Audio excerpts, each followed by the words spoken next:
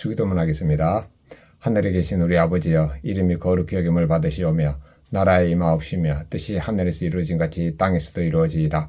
오늘날 우리에게 일용할 양식을 주옵시고 우리가 우리에게 죄 지은 자를 사하여 준 것 같이 우리의 죄를 사하여 주옵시고 우리를 시험에 들게 하지 마옵시며 다만 악에서 구하옵소서. 나라와 권세와 영광이 아버지께 영원히 쌓옵나이다. 아멘. 찬송가 21장 찬양 드리겠습니다.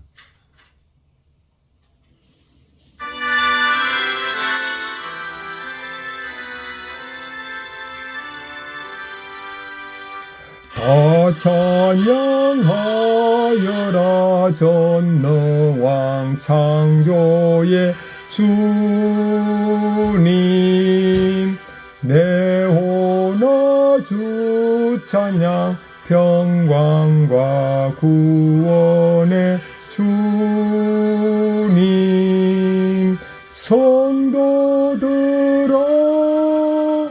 주님 앞에 이제 나와 즐겁게 찬양하여라.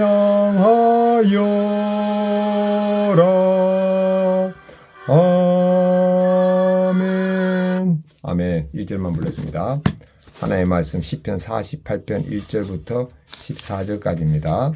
시편 48편은 1절부터 14절까지 밖에 없네요.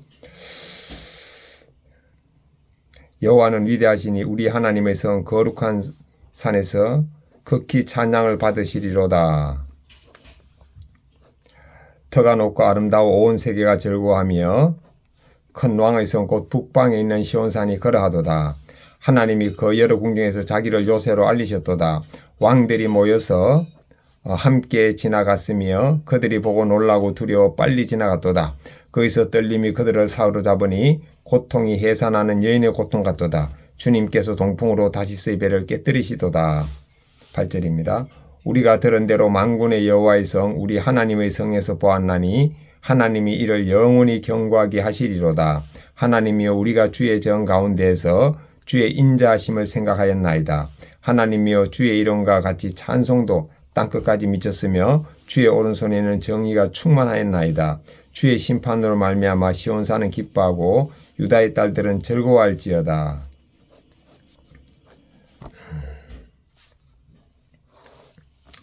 12절입니다. 너희는 시온을 돌면서 그곳을 둘러보고 그 망대들을 세워보라. 그의 성벽을 자세히 보고 그의 궁전을 살펴서 후대에 전하라. 하나님은 영원히 우리 하나님이시니 그분이 우리가 죽을 때까지 인도하시리로다. 아멘. 묵상하겠습니다.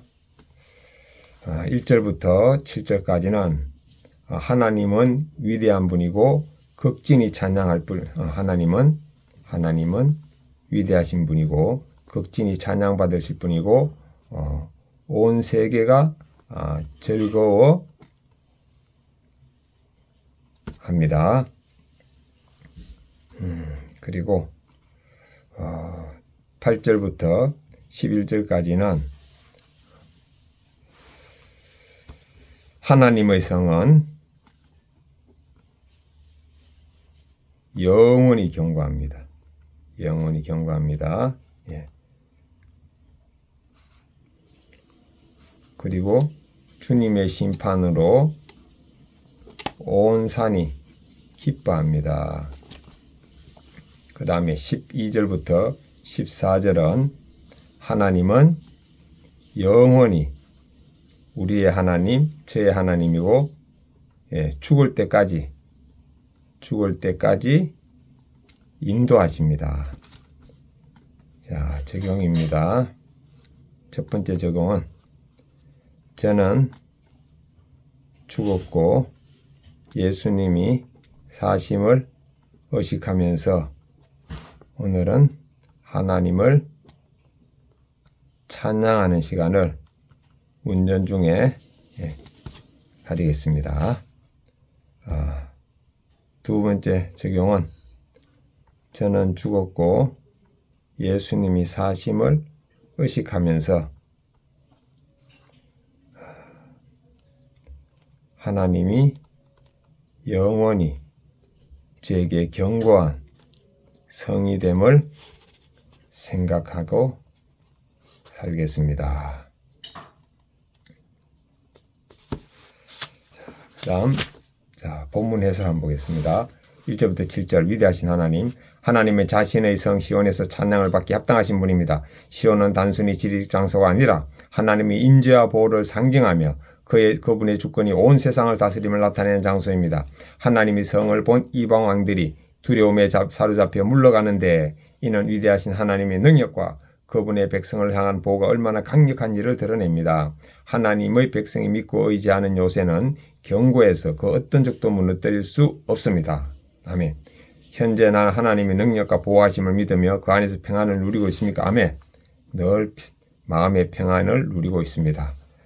사람과 환경을 상관없이 평안을 누립니다.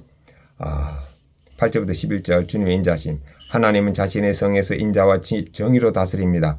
이에 고라 자손은 자기가 하나님의 성에서 경험한 주의 신실하신가 공의로움을 찬양하며 주님의 통치가 땅끝까지 미친다고 노래합니다. 하나님의 정의는 그의 백성에게 기쁨을 주며 백성은 악을 심판하신 하나님의 공의로운 손길을 보고 찬송합니다. 하나님의 이름과 찬송이 온 세상에 퍼져가는 모습은 그분의 백성이 내가 살아가는 이유이자 세상을 향한 하나님의 계획을 나타냅니다. 나는 하나님의 인자와 정의를 기억하며 그분의 통치를 받고 있습니까? 예, 그분의 통치를 늘 받으려고 노력하고 있습니다. 12절부터 14절. 고라 자손은 하나님의 백성에게 시온의 견고한 성읍과 궁전을 살펴보고 후대에 전하라고 명령합니다. 시온성의 견고함은 물리적 방어뿐만 아니라 하나님의 영원한 다스리심과 백성을 향한 그의 신실한 보호하심을 나타냅니다. 하나님은 자기 백성을 대대로 인도하시는 분입니다. 그러므로 우리는 그분의 영원한 통치와 보호하심을 기억하며 다음 세대에 그것을 전해야 합니다. 다음 세대에 전해야 합니다. 이것이 하나님 백성의 중요한 사명입니다. 적용. 나는 하나님의 신실하심을 다음 세대에 어떻게 전하고 있습니까? 제 딸에게 만날 때 말씀을 가지고 나누고 또 이렇게 날마다 큐티하고 그 다음에 동행일기 쓰는 걸 유튜브에 올리면은 딸도 볼 것이므로 그것이 하나의 전하는 방법임을 믿습니다. 기도하기. 하나님을 경외하는 삶이 얼마나 귀중한지를 깨닫게 해주셔서 감사합니다. 일상의 모든 순간에 주님의 임재를 경험하며 살게 하옵소서. 가정과 일터, 교회 공동체의 모든 관계 속에서 주님의 뜻을 구하고 실천함으로 주님의 영광이 드러나게 하옵소서. 아멘.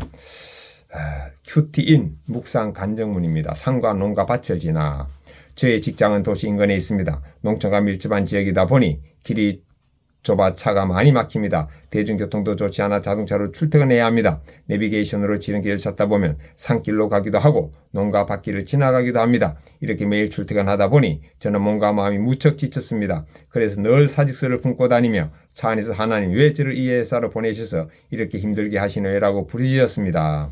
그러던 중 내가 누구를 보내며 누가 우리를 위하여 갈 거라는 말씀을 묵상하다가 하나님의 부르심을 생각하게 되었습니다. 그러자 멀고 외주고 교통이 불편한 이 직장이 하나님이 나를 보내신 거룩한 사명지고 주님이 이곳에서 찬양받기를 원하신다는 생각이 들었습니다. 그렇게 사명감을 갖고 출퇴근하니 제 속에 창조주 하나님을 향한 찬송이 넘쳐 흘렀습니다. 산길을 넘고 농가 밭길을 지나며 자연의 경관을 보는 것이 감사했습니다. 매일 지루하고 불평불만 가득하던 출퇴근 시간이 말씀을 듣고 기도하고 찬양하는 예배 시간이 되었고 하루 중 가장 기쁘고 즐거운 시간이 되었습니다. 그렇게 움직이는 예배를 드리며 제 심령이 회복되니 직장 동료들에게 관심이 생겼습니다. 그리고 직원들 대부분이 하나님을 모른다는 사실을 알게 되었습니다. 그 후 저는 그의 성격을 자세히 보고 그의 궁전을 살피서 후대에 전하라는 말씀처럼 안타까운 마음에 동료들이 힘든 이야기를 들어주며 복음을 전했습니다. 그렇게 제가 사명을 감당하자 친하게 지내던 몇몇 직원들은 교회에 나와 함께 예배를 드렸습니다. 힘들 때 기도를 부탁하는 직원도 생겼습니다. 지옥같이 느껴졌던 출퇴근 시간을 예배 시간으로 바꿔주시고 사명을 깨닫게 하신 주님께 감사드립니다. 적용하기 1. 예수를 믿지 않는 직장 동료들에게 큐틴을 선물하겠습니다. 2. 직장에서 동료들의 이야기를 잘 듣고 공감하겠습니다. 적용 다시 한번 보겠습니다. 적용 1. 저는 죽고 예수님의 사실을 의식하며 하나님을 찬양하겠습니다. 운전하면서. 적용 2. 저는 죽고 예수님의 사실을 의식하면서 하나님의 영광스러운 견고한 성 안에 있다는 것을 생각하고 늘 평안을 누리겠습니다. 아멘.